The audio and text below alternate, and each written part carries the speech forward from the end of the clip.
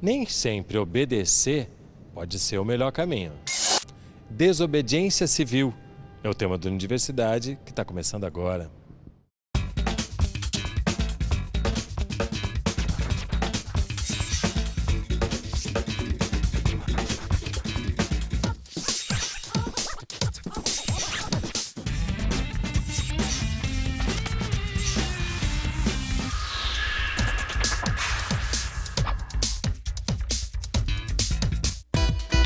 Hoje, no Armazém da Utopia, no Rio de Janeiro.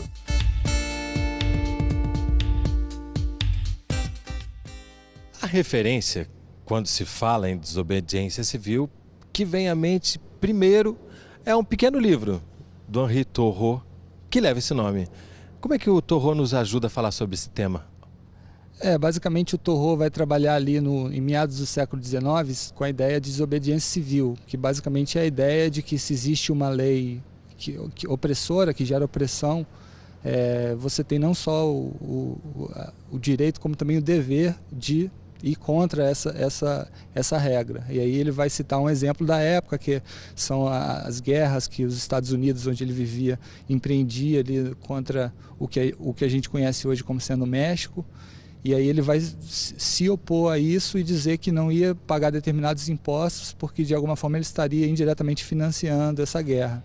E aí ele cria esse conceito de desobediência civil que vai inspirar ao longo de todo o século XX e agora também no século XXI uma série de lutas de ativismo social contra legislações ou decisões que as pessoas eventualmente consideram como sendo opressoras e que, portanto, lhes dá o direito de desobedecer essas regras.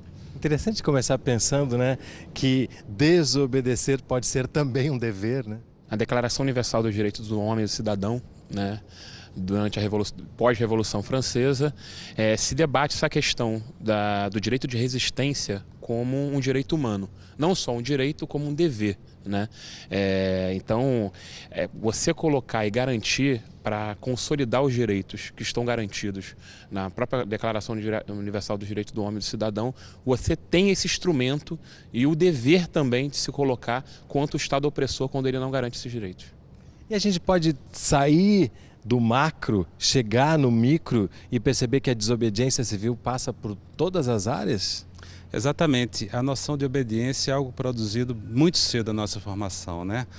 De alguma forma, a família muitas vezes se organiza de forma a representar uma espécie de Estado em miniatura. Então, a noção de obediência, as normatizações excessivas que depois se estendem para as escolas e chegam à vida adulta, né? A gente tem o Estado, o patrão, como organismos de controle social, emocional, inclusive, elas precisam desde cedo ser questionadas. Então, há uma atualidade no pensamento do Thoreau muito interessante, que é desde quando a gente aceita ser súditos voluntariamente.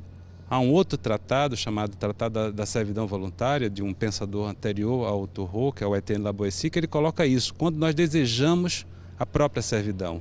Então, esse processo alimentado desde cedo na nossa formação emocional, psicológica, ela tem um atravessamento político, a partir do qual se estabelece as formas de controle social. Então, desobedecer não significa apenas desobedecer às estruturas do Estado, mas o que há de Estado em nós, na forma como nós nos relacionamos, como educamos nossos filhos, ou seja, como se institui essas práticas de dominação a nível micro, que não estão distanciados das organizações macrosociais. Desobedecer a quem? E começa a pensar nas leis. Para que serve uma lei? A lei as leis funcionam basicamente como uma ferramenta de controle social. São para encontrar meios das pessoas serem obedientes, de manter um status social de obediência. E as pessoas se adequam a isso porque, se não se adequarem, vão ser punidas. E a pena pode ser, muitas vezes, cadeia. E aí a gente começa a falar dessa necessidade de desobedecer quando a gente percebe que as leis não são iguais para todos, por exemplo? Não, não são iguais. E a desobediência civil, ela ocorre no limite da legalidade. e sempre com relação àqueles direitos básicos. Você não vê uma pessoa reclamando, fazendo protesto para poder ter direito a passagens aéreas mais baratas para viajar para a Europa ou para os Estados Unidos. As pessoas reclamam, fazem protestos e manifestações por moradia, por saúde, por educação.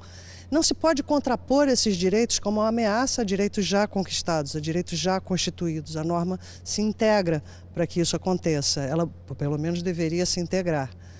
Mas quando existe um regime, um sistema totalitário ou que cause um recrudescimento dos princípios democráticos, a desobediência civil é uma ferramenta popular para mostrar que essa lei, essa maneira de gerir o Estado não é adequada aos interesses do povo. A gente pode falar também de Mahatma Gandhi quando se fala em desobediência civil?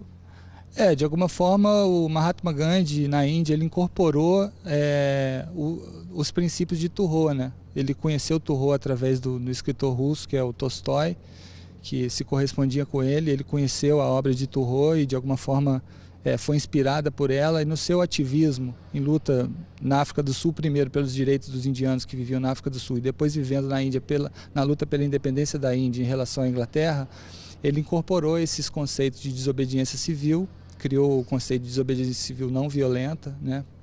Baseado o conceito de não violência que ele traz da tradição hindu, do Ahimsa e tal.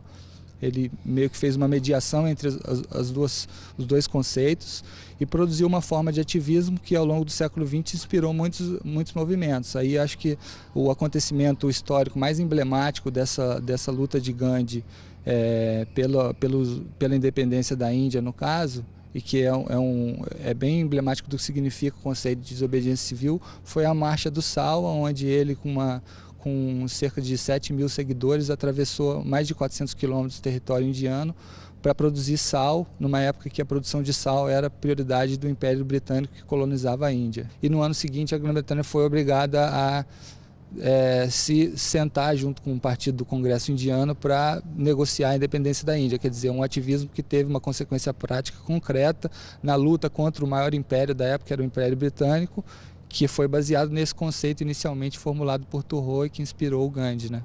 E se a gente começa a pensar então no outro lado, ou na consequência da desobediência civil em relação às próprias pessoas, os indivíduos que desobedecem?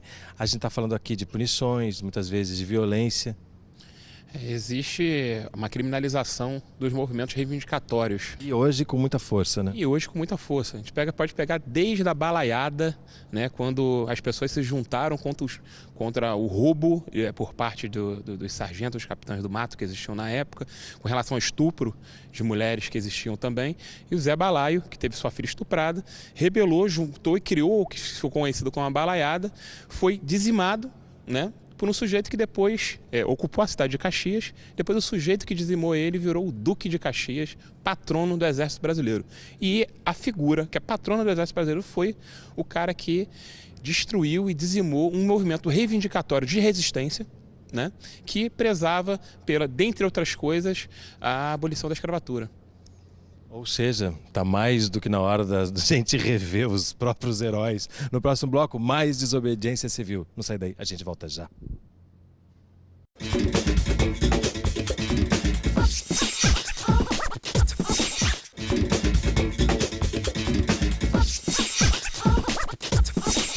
Unidiversidade está de volta no Armazém da Utopia falando sobre desobediência civil.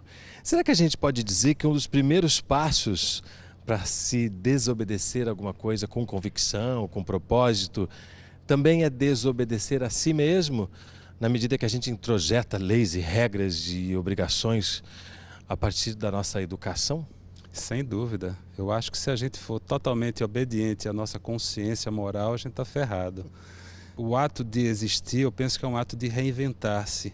Claro que nesse processo de reinventar-se, recriar-se, é preciso um autoconhecimento. O autoconhecimento se faz de várias formas, a própria vida nos ensina isso, as leituras, os amores, as viagens. Mas nesse processo, isso pode nos levar a um ato de ousadia extremamente original, que é o ato de recriar-se. A vida não está dada, a vida é algo reinventado, elaborado, criado, para que se possa atingir a partir daí uma certa estética da existência.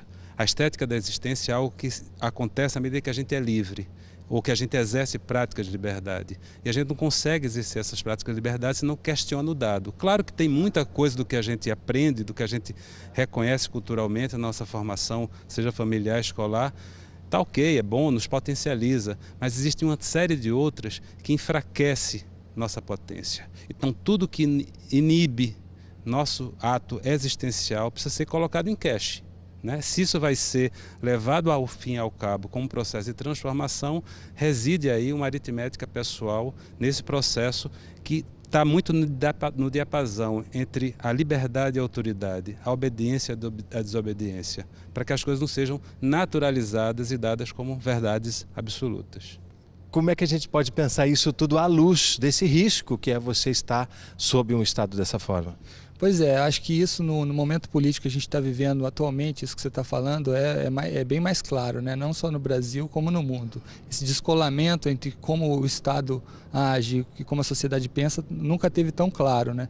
Eu acho que isso que ele estava dizendo, pensando sob o ponto de vista do Estado, acho que a desobediência civil vista como uma tática política nunca se tornou mais assim uma ferramenta a ser estudada e ser utilizada pelos movimentos, pelos coletivos, porque de alguma forma o Estado é pensado no plano teórico para representar os seus cidadãos, mas na prática o que acontece no mundo de hoje é que o Estado funciona mais como um instrumento que representa as grandes corporações, vamos dizer assim, que se descola de tal forma da sociedade que a sociedade não se vê convencida a participar daquela estrutura e nem... Ela nem sequer é convidada a participar, ela é rejeitada, né? Excluída. Todos os instrumentos de controle, de afastamento da sociedade, especialmente dos setores menos privilegiados da sociedade, todos esses instrumentos são utilizados historicamente e isso nunca teve tão claro assim, as pessoas olhando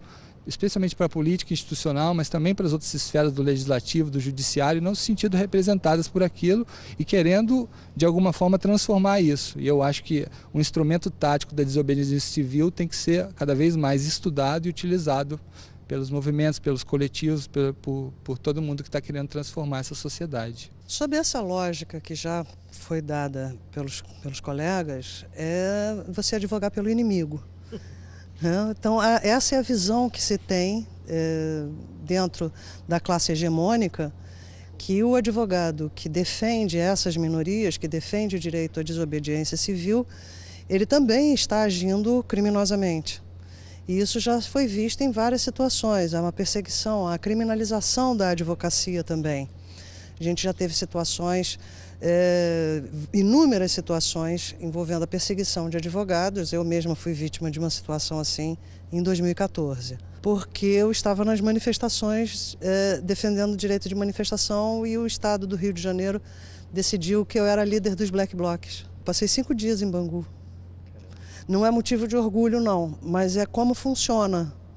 É a constatação, eu senti na pele como a sociedade vê o advogado que não defende os interesses do poder hegemônico. Quando ele se torna o advogado, quando ele advoga, quando ele fala por alguém que não tem, que não participa dessa classe hegemônica, ele é tão criminalizado quanto ela. Se manifestar, isso não é um direito, não?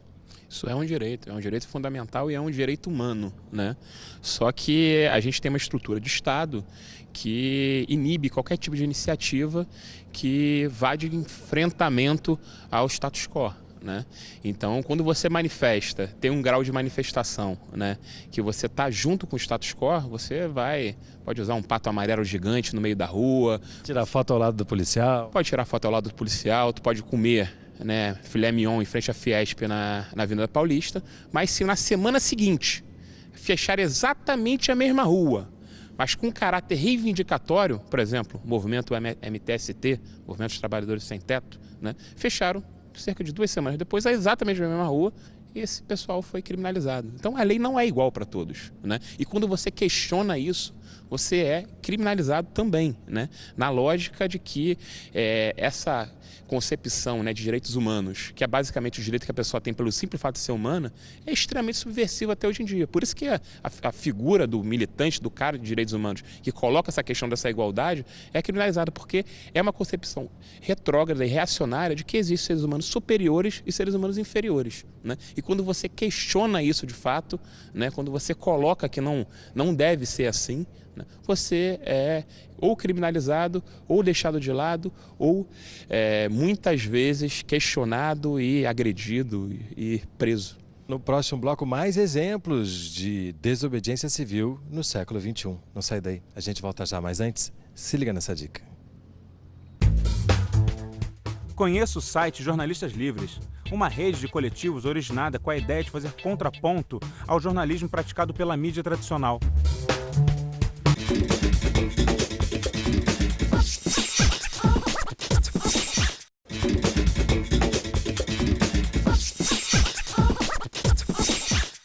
Unidiversidade está de volta no Armazém da Utopia falando sobre desobediência civil. Que outras formas de desobediência a gente pode trazer para o programa para mostrar que isso é mais comum do que a gente imagina? Existem diversas formas de desobediência civil, mas que a gente está mais cotidiano, até citei agora, a questão da ocupação, né? Seja em 2013, que teve vários tipos de ocupação, tem a ocupação reivindicatória da questão da habitação em si, né? Mas teve o Ocupa Wall Street, depois aqui no Rio, né? Teve o Ocupa DOPS, o Ocupa, que era o direito à memória e verdade, com essa pauta, teve o Ocupa Cabral, né, na porta do ex-governador Sérgio Cabral, reivindicando, né, e questionando todos os desmandos que o governo Cabral fazia na época. Teve o Ocupa Câmara, na Cinelândia. Todos invariavelmente reprimidos com violência? Todos, em menor e maior grau, todos, de certa forma, reprimidos, sim. Alguns com bastante violência. Teve o Ocupa Mink, teve o Ocupa SUS também, no determinado momento. Esses dois Ocupa, por acaso, eu estive lá ajudando lá e colaborando, né? E os dois mais recentes, né? Do ano passado. Mas a gente vê, por exemplo, o Ocupa Câmara, a gente vê o grau de repressão. Quando acabaram o Ocupa Câmara, foi depois de uma manifestação dos professores, né? Eles ocuparam a Câmara contra uma lei que ia ser votada, uma das reivindicações era contra essa lei, e depois de uma manifestação de professores, fizeram um cerco em volta do Ocupa Câmara e prenderam 200 pessoas. Acho que foi a maior detenção pós-ditadura militar, né, que houve de pessoas para averiguação. Dessas, 70 pessoas ficaram detidas, né, e com toda a dificuldade para poder dificultar ainda mais o direito de defesa, que é um outro direito também, né, juntamente com o direito à manifestação, juntamente com o direito de resistência, que é o direito de defesa, que foi cerceado dessas 200 pessoas pelo simples fato de se manifestarem. 2013 foi um ano que, de alguma forma, impactou esse conceito de desobediência?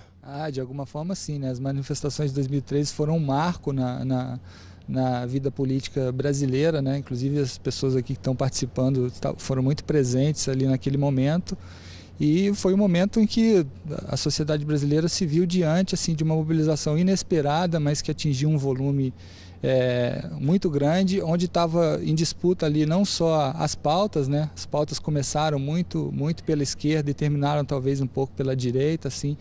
Existia uma disputa muito ideológica entre o que estava sendo reivindicado. Era claro que existia ali muita insatisfação com as representações políticas e nas outras esferas, mas os setores sociais que não se sentiam representados pensavam de uma maneira um pouco diferente. Então, existia uma divergência em relação ao que deveria ser reivindicado. E a gente ainda está até hoje discutindo 2013, tentando entender muito bem o que aconteceu ali. Mas além dessa disputa ideológica que existia ali nas manifestações de 2013, também existia uma disputa do ponto de vista de qual era a tática política melhor para ser utilizada. Existiam setores que achavam que as manifestações deveriam ser mais do ponto de vista de utilização realmente desse conceito de desobediência civil, mas sem a utilização propriamente de violência, existiam outros setores que achavam que uma violência simbólica contra determinados símbolos do Estado era bem-vinda. E no plano das disputas de narrativa, as pessoas utilizaram esse conceito de destruição de elementos simbólicos do poder, que na verdade não era violência contra pessoas, mas era violência contra instituições simbólicas do poder. No plano da disputa de narrativas, setores mais vinculados às elites brasileiras classificaram isso como sendo vandalismo e utilizaram de forma estereotipada como aquilo sendo algo que tirava a legitimidade das reivindicações. Isso fez com que as manifestações perdessem força. Enfim, manifestações de 2013 a gente vai levar muitos anos para discutir elas, tentar entender, mas acho que, sem dúvida, é um momento em que isso se expressa de forma muito aguda. Trazer para cá uma palavra que é da psicologia, que também é da política, que é do dia a dia, que é transgressão. No momento que se desobedece alguma coisa, algo está sendo transgredido. É possível transgredir sem correr risco? Eu acho que é impossível viver sem correr risco. Eu acho que a vida pressupõe risco, a não ser que você queira uma vida acomodada, uma vida normatizada, que é exatamente o que as instituições, os organismos, as práticas de poder querem, né? Governar condutas. E ao governar condutas, apaziguar, né, comportamentos, atitudes, sejam elas individuais ou coletivas. Aliás, sem estabelecer nenhuma contradição ou paradoxo entre o individual e o coletivo. Essas coisas estão juntas. Mas se você quer uma vida autoral, se você quer produzir sentidos para essa existência, há um risco inerente aí. E é o que também torna a vida potente, tesuda, prazerosa. É a descoberta da liberdade que advém do risco. Porque, infelizmente, nossas práticas educacionais, sejam elas a nível familiar, a nível escolar, como todos, ela estimula muito mais a necessidade de segurança. Segurança afetiva, segurança financeira, segurança da proteção, né, de grades, de câmeras de vigilância. A população pede mais segurança e cai-se na falácia que, ao pedir mais segurança, os estados se tornam mais hegemônicos. A lógica do Estado neoliberal hoje é um Estado onde existe um incremento fortíssimo em termos de aparatos de segurança, sejam aparatos militares, sejam aparatos eletrônicos, mas ao se pedir mais leis, mais seguranças, o que a gente chama hoje de uma juridização da vida, a gente cai nesse engodo, nesse perigoso processo de pedir mais controle, mais segurança e se distanciar mais dos riscos, que nos leva, inclusive, a questionar o intolerável. O Arthur Rimbaud, no século XIX, ele já dizia uma coisa que é muito atual, que ele dizia, o insuportável é que nada é insuportável. Ou seja, quando é que a gente tolera, aceita, acomoda-se nas situações do intolerável. Esses intoleráveis estão aí e cada vez mais apaziguadas sobre o manto da democracia liberal. Eu acho que a desobediência civil ela é atual.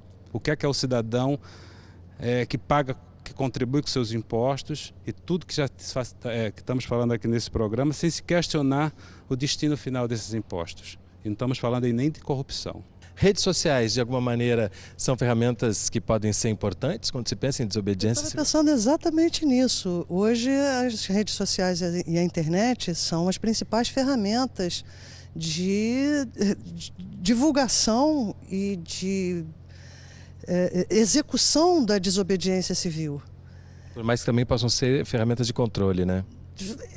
O Estado está tentando desesperadamente controlar, né? Ele está tentando legislar sobre a internet porque vê que o pensamento realmente de cada um que se comunica, que ele repercute muito rápido pelas redes sociais, ele contamina, ele é muito contagiante, ele é muito contagioso. Então precisou ter o marco civil da internet. Já se começam a pensar em outras formas de controlar o uso da internet, de regulamentar o acesso, quem pode ver o quê, limitando pelo pagamento do acesso, né, através das concessionárias de telefonia que controlam as redes. Tudo isso é para servir a esse capital, conforme já foi dito.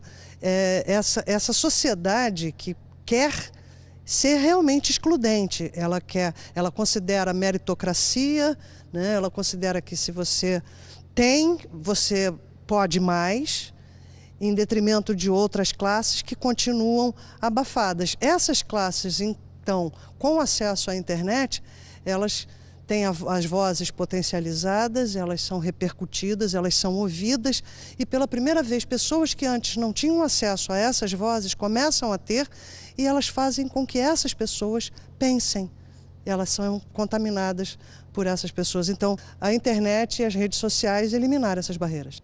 E chega ao fim mais um Unidiversidade, um programa do Canal Saúde da Fundação Oswaldo Cruz. Se você quiser entrar em contato conosco, nosso endereço eletrônico é canalsaude.fiocruz.br ou então acesse a nossa página no Facebook. E eu quero agradecer a João, Leandro, Mondego e Heloísa por mais um Unidiversidade que vocês fizeram.